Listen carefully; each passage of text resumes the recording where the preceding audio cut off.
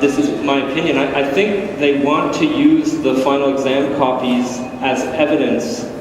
They want to build a case as evidence of their main allegation, which is that I attributed these grades arbitrarily.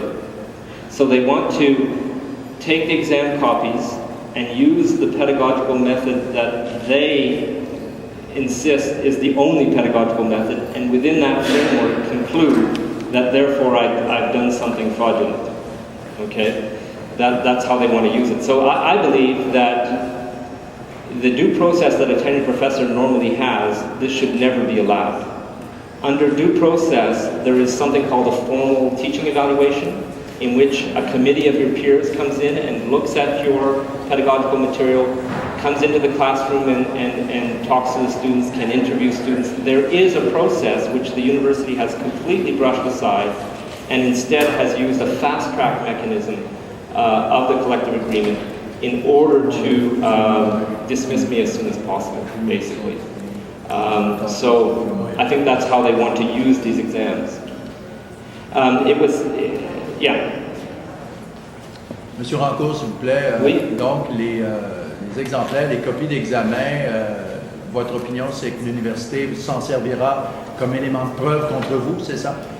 Je crois que c'est l'intention de l'université de les utiliser de cette façon-là. Et je crois que les copies d'examen pourraient servir dans un argument de ce type-là, mais seulement si on insiste pour utiliser une méthode pédagogique qui n'est pas pour évaluer les examens, qui n'est pas la mienne. Et ça, je leur ai expliqué. Je leur ai dit, l'examen dans mon cours valait une très petite partie de la note et était essentiellement une façon de donner du feedback. Sauf pour certains étudiants qui voulaient mettre plus d'importance sur l'examen final versus autre chose. Donc, il y avait une grande flexibilité, il y avait une méthode de notation et l'université refuse de prendre en compte, je pense, que les méthodes pédagogiques peuvent être très, très différentes d'un professeur à l'autre, d'un cours à l'autre, et veut simplement utiliser ces documents comme elle veut.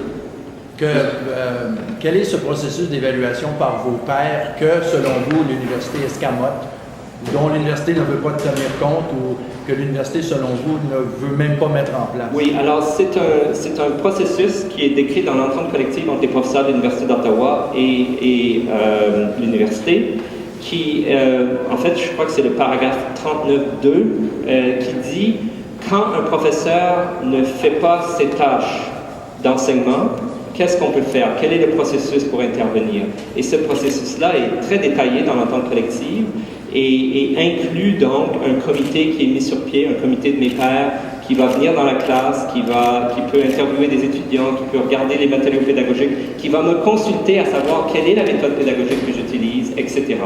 Donc il y a tout un processus qui est là, qui a été complètement ignoré. Alors il y a deux processus de procédure auxquels j'ai droit en tant que professeur titulaire, qui ont été comme ça mis de côté par l'université.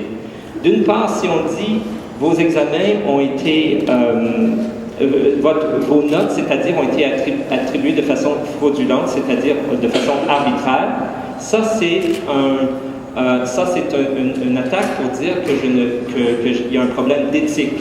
Et quand c'est un problème d'éthique professionnelle, il y a une section d'entente collective qu'on doit suivre, qui est la 39.3, je crois. Et donc, je n'ai pas eu droit à ce processus-là. Si, d'un autre part, c'est une question de pédagogie, le processus, c'est le 39.2. Je n'ai pas eu droit à ça. À la place, l'université a utilisé un processus, le paragraphe 39.4 de l'entente collective, qui est normalement réservé à des abus évidents et graves, des événements qui ont lieu. Et on a utilisé ça et on a prétendu que mon attribution des notes était un tel élément et on a utilisé ça pour arriver jusqu'à recommander que je sois démis de mes fonctions. Avant aujourd'hui, je présume que votre syndicat vous a défendu? J'aime mieux pas commenter cette question. En tout cas, votre délégué syndical était là ce matin? Oui. La réponse que je peux donner, c'est que mon syndicat est tenu légalement de me défendre. Mais vous ne pouvez pas nous dire s'il l'a fait ou pas? Oui, mon syndicat l'a fait aujourd'hui. Aujourd'hui, mais pas avant aujourd'hui. Je ne vais pas commenter.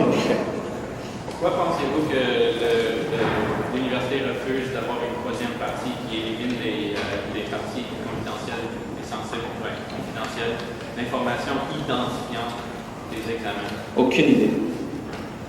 Pour moi, ça indique que... Aucune idée.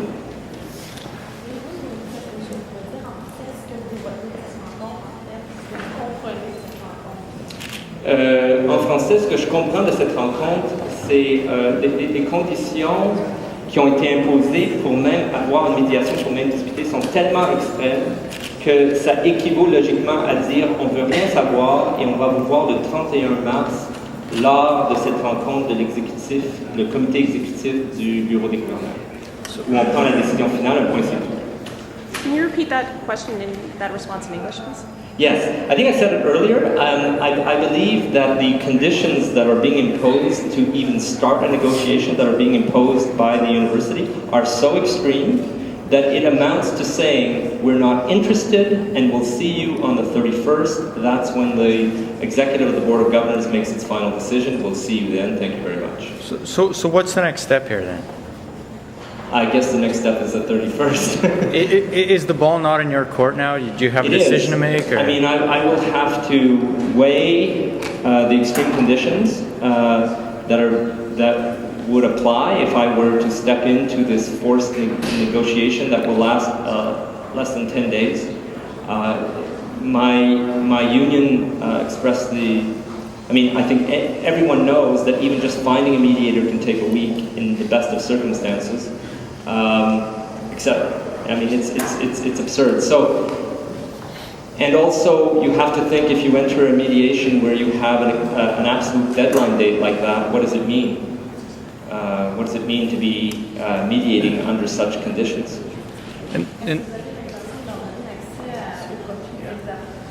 Pour l'instant, je dois considérer tout ça et je n'ai pas pris de décision encore.